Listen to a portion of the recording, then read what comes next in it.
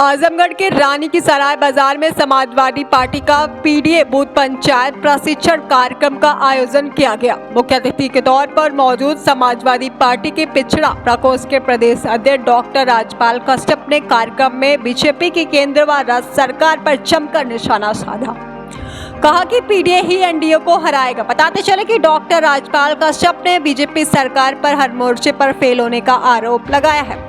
कहा कि पिछड़े दलितों, अल्पसंख्यक आदिवासियों का अधिकार छीना जा रहा है, युवाओं को नौकरियां नहीं दी जा रही है। प्रति वर्ष 2 करोड़ रोजगार देने का वादा किया गया था, लेकिन हर वर्ष 2 करोड़ बेरोजगार हो रहे हैं। महंगाई चरम सीमा पर है, कानून व्यवस्था फेल है, महिला बेटी सुरक्षित नहीं है। पिछड़ों दलितों को सपा सरकार में जो सम्मान दिलाने का काम हो रहा था वह बीजेपी सरकार ने बंद कर दिया। एनडीए के सहयोगी ओम प्रकाश राजभर कभी राजभरों के हक की बात नहीं करते, उनके आरक्षण को लेकर मुद्दा नहीं बनाते। समाजवादी पार्टी के राष्ट्रीय अध्यक्ष माननीय श्री अखिलेश यादव जी के निर्देश पे और आह्वान पे पूरे प्रदेश में पीडीए पंचायतों का आयोजन समाजवादी पार्टी पिछड़ा वर्ग प्रकोष्ठ कर रहा है और अभी प्रतापगढ़ में किया है, मऊ में किया है और आज आजमगढ़ में है। और ये पीडीए पंचायत अभी आजमगढ़ में हो रही है। उसके बाद में ये प्रत्येक विधानसभा, ब्लॉक और बूथों तक पीडीए पंचायत होगी। पीडीए ही एनडीए को उखाड़ फेंकने का काम करेगा और बीजेपी की 17 वर्ष की सरकार ने 10 वर्ष का केंद्र का कार्यकाल और 7 वर्ष का उत्तर प्रदेश का कार्यकाल, ये अपनी नाकाम रहे, हर मोर्चे पे नाकाम रहे। उन्होंने ना जाति जनगणना कराई, ना 2 करोड़ नौकरी का वादा किया था, ना नौकरियां दी। किसान की आय दुगनी करने का वादा किया था, वो भी नहीं किया। आरक्षण खत्म कर रहे हैं निजीकरण करके। प्रत्येक वर्ष 2 करोड़ इन्होंने बेरोजगार करने का काम किया है। हम लोग गांव-गांव जाएंगे और जनता को बताएंगे महंगाई चरम सीमा पे है, बेरोजगारी चरम सीमा पे है, कानून व्यवस्था ध्वस्त है, बहन बेटियां सुरक्षित नहीं। बीजेपी के अपनी सारी नाकामी छुपाने के लिए भगवान राम का सहारा ले रहे हैं और भगवान राम भी अब इनको बख्शने वाले नहीं हैं, क्योंकि इन्होंने भगवान राम की भी जमीनों के खरीद फरोख्त में घोटाला किया, चंदे में घोटाला किया।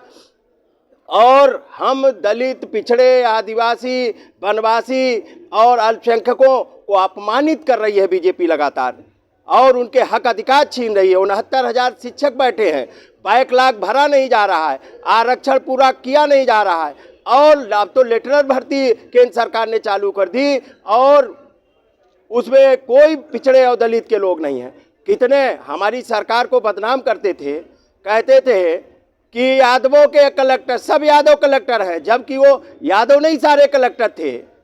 लेकिन बीजेपी ने हमको बदनाम किया। हम ढूंढते घूम रहे हैं निषाद का बेटा कहाँ कलेक्टर है, कहाँ चौरसिया का बेटा कलेक्टर है, कहाँ चौहान का बेटा कलेक्टर है, कहाँ राजभर का बेटा कलेक्टर है, कहाँ भुर्जी का बेटा कलेक्टर है, कहाँ निषाद का बेटा कलेक्टर है। हमें तो कहीं नहीं दिखाई पड़ रहा। हमें तो इतने जिलों में घूम के आया हूँ, कहीं नहीं मिला है। बीजेपी पिछड़े, दलित, आदिवासी, अल्पसंख्यकों को अपमानित कर रही है और ठेके पे बैठाल के लोगों को, पिछड़े कुछ चंद गुलाम प्रवृत्ति के नेताओं को अपने दल में शामिल करके और पे गाली दिलवाई जा रही है। ये पिछड़ा भी देख रहा है। मैं पूछना चाहता हूँ राजभर समाज से कि क्या आपको राजभर, ओम प्रकाश राजभर जी ने अनुसूचित जाति के आरक्षण की बात की क्या? वो आपके समाज के आरक्षण की बात नहीं कर रहे हैं, वो अपने बेटे के आरक्षण की बात कर रहे हैं कि बेटे को कहां से टिकट मिल जाए। डॉक्टर संजय निषाद, क्या निषादों की आरक्षण की बात उन्होंने की कभी? वो केवल ये आरक्षण चाहते हैं कि एक बेटा विधायक हो गया, एक सांसद हो गया, खुद मंत्री हो गए, अब कह रहे हैं एक बेटा और विधायक हो जाए। ये निषाद समाज के आरक्षण की बात नहीं कर रहे हैं, जिससे उनके बहन बेटियां, नौजवान, निषाद समाज के, कश्यप समाज के, बिंद समाज के, मल्लाह समाज के, केवट समाज के, कहार समाज के लोगों को जो हक अधिकार मिले, आरक्षण मिले, जिससे थानेदार और कलेक्टर कप्तान बनते हैं, वो रास्ते जो माननीय अखिलेश यादव जी ने खोले थे, उन रास्तों को बीजेपी ने बंद करने का काम किया है। और हमारे सारे समाज के लोग, पिछड़ी जातियों के लोग लामबंद होके बीजेपी को हराने का काम करेंगे और माननीय अखिलेश यादव जी के नेतृत्व में उत्तर प्रदेश में, देश में नया प्रधानमंत्री देने का काम करेंगे। देखिए, पीडीए की बैठक तो हो ही रही है जगह जगह। ये मेन समाजवादी पार्टी के पिछड़ा प्रकोष्ठ के प्रदेश अध्यक्ष डॉक्टर राजपाल कश्यप जी आए हैं। ये मोस्ट बैकवर्ड की एक मीटिंग है। एक समझ लीजिए कि अन्य जाति के लोग नहीं हैं इसमें, सिर्फ मोस्ट बैकवर्ड के लोग आए हैं। इसलिए बुलाया गया कि भीड़ जुटाने से कोई फ़ायदा नहीं है। अन्य लोग आके भीड़ जुटा के चले जाते हैं, बस नेता खुश हो गए चले गए नहीं। इसका जो मकसद है, समाजवादी पार्टी जो मुलायम सिंह यादव जी की नीयत रही है कि हमारे 10 लोग हों, मजबूत हों, तो इसलिए मोस्ट बैकवर्ड के लोगों को ही बुलाया गया है कि जो लोग आवें और बात को सुने, वह बात गांव तक पहुंचावें ले जाके। प्रदेश अध्यक्ष आए हैं, वो भी अपना संदेश देंगे और छोटे मोटे जो विधानसभा स्तर के नेता वो भी अपना संदेश दे रहे हैं। मेन मकसद है समाजवादी पार्टी के लोग पीडीए में हैं, समाजवादी पार्टी को मजबूत करके पीडीए को मजबूत करें और प्रत्याशी को जिताने का काम करें।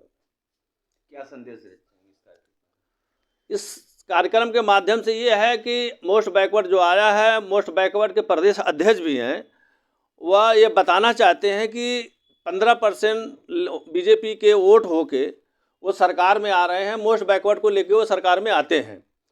तो इस मोस्ट बैकवर्ड के लोगों को अब तक जो गुमराह की थी बीजेपी, वह इन लोगों को बताएंगे कि आपका उसमें हित नहीं है, वहाँ आपको कुछ भला होने वाला नहीं है। आप समाजवादी सोच के हैं, आप समाजवादी में आइए और पीडीए के साथ होके अपनी सरकार बनाइए, अपने अधिकार की बात कहिए और अपने अधिकार को लीजिए, क्योंकि वहाँ सिर्फ वोट लिया जाता, अधिकार नहीं दिया जाता। मोस्ट बैकवर्ड के लोगों को कहाँ पोस्टिंग है, कौन दरोगा है, कौन सिपाही है, कौन कलेक्टर है, कौन जो है एसपी है, कुछ नहीं है। सिर्फ अब देखिए, इस मुल्क में ये लोग कहते हैं कि 130 करोड़ की जनसंख्या है हमारे देश की, और ये लोग कहते हैं कि हम विकसित भारत बना दिए। विकसित भारत कैसे हो गया? आप ही कह रहे हैं कि 130 करोड़ में हम 84 करोड़ लोगों को गल्ला बांट रहे हैं। तो जब 84 करोड़ लोग गरीब हैं तो विकसित भारत कैसे हुआ? नहीं ना हुआ। तो आप एक बात कहिए कि विकसित भारत बना लिए, या तो हमारे यहाँ गरीब हैं। ये बहुत मोटी बात है कि 84 करोड़ लोगों को आप फ्री गल्ला दे रहे हैं, तो इसका मतलब हमारा भारत गरीब है, हमारे भारत के लोग गरीब हैं। तो मैं राजनीतिक भाषा नहीं बोलूँगा कि मेरी 80 हो जाएगी, उनकी 1 को नहीं होगी। ये तो जनता तय करेगी कि किसको कितना मिलना है। ये सही है कि उत्तर प्रदेश का चुनाव ही भारत के प्रधानमंत्री को तय करता है। अब मेहनत करके, मुंह से बोलने से नहीं होगा, मेहनत करें, गांव तक जाएं, लोगों की झुग्गी झोपड़ी तक जाएं। नेताजी मुलायम सिंह यादव ऐसे मुलायम सिंह नहीं बने थे, वह हम लोग उनके साथ